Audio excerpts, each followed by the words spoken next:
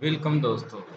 आज बच्चों में 8 क्लास का मॉडल पेपर हिंदी का ऑब्जेक्टिव क्वेश्चन बताने जा रहा हूँ सेट वन का, जो 2020 का है। इसे आप उसी अनुसार आपका मॉडल सेट आएगा। आज मैं हिंदी का मॉडल सेट वन का टर्म वन का जो एग्ज़ाम होने वाला है उसके बारे में बताने जा रहा हूँ।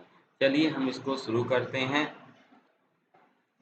तो इसमें आपका सबसे पहले एक पैसेज दिया गया हुआ है। इस पैसेज को हम पढ़ते हैं, उसी के हिसाब से आंसर आपको देते हैं। और जो मैंने आंसर बताया है, समझाया, आप स्क्रीनशॉट भी उसको ले सकते हैं। आप उसको देखिए। सबसे पहले आप एक पैसेज पढ़ेंगे। स्वयं झरने से भी ज़्यादा खूबसूरत मालूम होता है। झरने के आगे की घाटी का दृश्य पहाड़ों के बीच एक पतली सी नदी बहती जाती है, जैसे थर्मामीटर में एक पतला पारा हो। आगे भी एक पहाड़ मालूम होता है, ज्ञात होता है आगे जा सको तो जानूं। यहाँ पर नदी यूं दिखाई देती है जैसे नदी के इर्द गिर्द पत्थरों के अंबार लगाकर उस पर झाड़ी उगाई गई हो। पर प्रकृति या परमात्मा ने अपने हाथ से यह सब किया होगा, अन्यथा मनुष्य जाति में इतनी समर्थ कहाँ। सैकड़ों वर्षों में भी मानव के प्रयत्नों से शोभा के इस विशाल वैभव की सृष्टि कठिन है। उपयुक्त पदांश के आधार पर प्रश्न संख्या 1 से 3 प्रश्नों को उत्तर दिए गए विकल्पों को चुनिए। जो इस पैसेज में दिया है उससे रिलेटेड आपसे क्वेश्चन पूछा गया है, उस क्वेश्चन का आपको जवाब देना है। सबसे पहला क्वेश्चन है, झरने के आगे दिखाई देती है। तो ऑप्शन है घाटी, पहाड़, नदी, उपसागर। तो आप ये पैसेज पढ़े होंगे तो आप जान चुके होंगे कि आप झरने की आगे दिखाई घाटी भी देती है, पहाड़ भी देती है, नदी। इसका सही आंसर ऑप्शन नंबर डी होगा, उपयुक्त सभी। अगला सवाल है, नदी को कौन ललकार रहा है। नदी को कौन ललकार रहा है? तो इसका ऑप्शन 4 है और उसमें से आपका आंसर लिखना है। झरना, पहाड़, पत्थर, मनुष्य। इसका सही आंसर आपका पहाड़ होगा। नेक्स्ट क्वेश्चन की तरफ चलते हैं। झरने की शोभा के इस विशाल वैभव की सृष्टि किसने की है? तो अभी तुरंत आपने पढ़ा था, और अगर गौर फरमाइएगा, सुनेंगे तो आप समझ में आ जाएगी। तो इसमें मनुष्य है, दानव है, प्रकृति, अपनापाएं किसी ने नहीं की। हम जानते हैं झरने की शोभा का विशाल वैभव की सृष्टि प्रकृति या प्रार्थना ही बना सकता है। इसका सही आंसर ऑप्शन नंबर सी है। आगे की तरफ चलते हैं। एक आपका क्या दिया है उसको हम पढ़ते हैं। विद्यालयों के लिए प्रकाशित होने वाले पंख पत्रिका संपादक को अपनी कविता प्रकाशित करने के लिए लिखे गए पत्र को छूटे हुए अंश को भरिए, जो पृष्ठ संख्या 4, 5, 6 के रूप में बॉक्स में क्रमित से है। चौथा नंबर क्वेश्चन की तरफ चलेंगे और उसमें आप देखते हैं चौथा नंबर में क्या दिया हुआ। तो आप यहाँ पे आप देखेंगे चौथा नंबर में है। तो अगर यहाँ पे देखिएगा, सेवा में संपादक महोदय, पंखराज, परियोजना परिषद झारखंड, विषय कविता प्रकाशन हेतु। तो चौथा नंबर में आपको क्या भरना है, यहाँ आपसे पूछा जा रहा है। तो आप यहाँ देखें, महाशय या महोदय, या महाशय या महोदय, या आदरणीय या नमस्ते। तो आप क्या भरेंगे? महाशय और महोदय, दोनों में से कोई एक भर सकते हैं। मतलब कि आपको यहाँ पे जो एप्लीकेशन में महाशय और महोदय, यहाँ ऑप्शन नंबर 4 का बी आएगा। अगला आपका 5 नंबर में आप देखिए। 5 नंबर में आपको दिया है, मैं अपनी प्रतिष्ठित पत्रिका डैश का कई वर्षों तक पाठक हूँ। तो हम यहाँ पे 5 नंबर में भरेंगे पंख।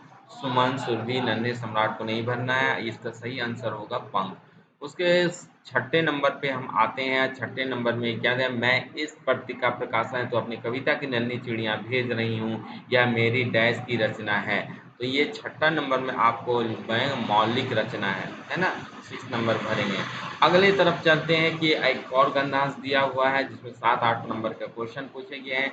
चाहे गांव हो या शहर, एक पड़ोसी ही एक दूसरे पड़ोसी का सुख दुख में साथ देता है। या जन्म दिन तथा विवाह के सांस्कृतिक शुभ अवसरों पर हमारे सुख में निष्कपट भाव से शामिल होता है, और विपत्ति के समय भी वही हमारी दाहिनी बाह बन करके सहारा देता है। तो यहाँ पे सवाल है कि गंधांश के लिए एक उपयुक्त शीर्षक लिखे। यहाँ जन्मदिन, विवाह, गांव, पड़ोसी का महत्व। तो हम जानते हैं पड़ोसी के बारे में दिया है, तो इसका सही आंसर 7 नंबर का डी ऑप्शन होगा, पड़ोसी का महत्व। अगला सवाल की तरफ पहुंचते हैं। पड़ोसी हमारा साथ कब देते हैं? सुख में, दुःख में या जन्म के दिन पे विवाह में? हम जानते हैं कि पड़ोसी जो होता है सारी चीज़ में ही वो आपको मदद करता है, तो इसका सही आंसर ऑप्शन नंबर डी होगा, उपयुक्त सभी। अगले सवाल की तरफ चलते हैं, 9 नंबर में चलते हैं। 9 नंबर में आपका क्वेश्चन दिया हुआ है, छोटा जादूगर शीर्षक कहानी में बालक किन गुण या गुणों को उभारा गया है? तो ऑप्शन नंबर ए है साहस, ऑप्शन नंबर स्वावलंबन और ऑप्शन नंबर सी है मातृ सेवा। तो इसमें आपका तीनों होगा, इसलिए ऑप्शन नंबर डी सही राइट आंसर है, सभी विकल्प सही है।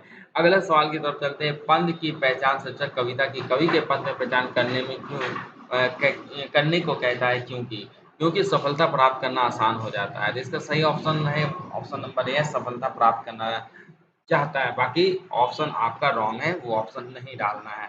अगले सवाल की तरफ चलते हैं, अशोक शस्त्र त्याग शीर्षक एकांकी के प्रमुख पात्र अशोक कहाँ के सम्राट थे? तो आप बता दें, ना कलिंग के थे, ना चंपा के थे, ना कौशल के, वो मगध के सम्राट थे। वो क्या थे? मगध के सम्राट। सही आंसर आपका मगध होगा, ऑप्शन नंबर बी है। अगला क्वेश्चन तरह अमरूद के पेड़ शीर्षक के पाठ में अमरूद का पेड़ अंतः काट दिया गया है, जिसका कारण था? तो इसमें ऑप्शन नंबर 4 है, ऑप्शन है इसमें पहला ऑप्शन अंधविश्वास, जगह की कमी, कीड़े लग गए थे या फल नहीं लगते थे। ये आंसर आपका सही ऑप्शन नंबर ए होगा, अंधविश्वास। अगला सवाल की तरफ जाए, राम का भरत का संदेश पाठ किस महाकाव्य का अंश है? तो यहाँ पे ऑप्शन है रामायण या महाभारत, रामचरितमानस या कवितावली। तो ये रामचरितमानस है, सही आंसर ऑप्शन नंबर सी है। अगले क्वेश्चन की तरफ जा रहे हैं, बूढ़ी पृथ्वी की दुख शीर्षक कविता की बूढ़ी पृथ्वी किस बात का दुख है? तो प्राकृतिक दोहन की, प्राकृतिक प्रदूषण की या विकल्प ए और बी की या कोई बिल्कुल नहीं सही है। तो हम जानते हैं बूढ़ी पृथ्वी की दुख क्या है, प्राकृतिक की दोहन और प्राकृतिक की प्रदूषण। अगले क्वेश्चन की तरफ हम बढ़ रहे हैं, जिसमें 15 नंबर क्वेश्चन है, अपारजिता शीर्षक पाठ की अपारजिता कौन है?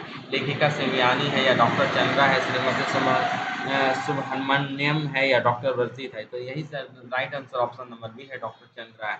अगला क्वेश्चन है, भींगी बिल्ली बनना का माहौल क्या था? आप लोग जान ही गए, भींगी बिल्ली का मतलब डर जाना। इसका सही ऑप्शन क्या होगा? 16 नंबर का ए, डर जाना। अगले क्वेश्चन की तरफ जा रहे हैं, परोपकारी की संधि विच्छेद कीजिए।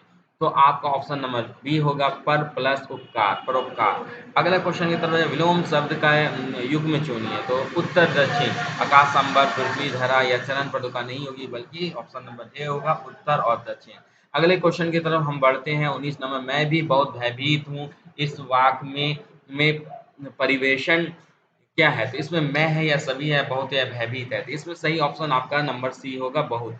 अगले सवाल की तरफ चलते हैं, विश्व शब्द का परिभाषित शब्द क्या है? शहर, गरल, हलाहल या अमीय? तो इसका सही आंसर ऑप्शन नंबर डी होगा। अब ये आंसर आप जान चुके होंगे, इसको आप रिवीजन करके अच्छे तरीके से आप इसको रिवीजन कर लीजिए। इसमें कुछ क्वेश्चन आपका एग्जाम में आ सकती है। और आप इस चैनल पे नए हैं तो इस चैनल को सब्सक्राइब करें, लाइक करें, शेयर करें। Thank you.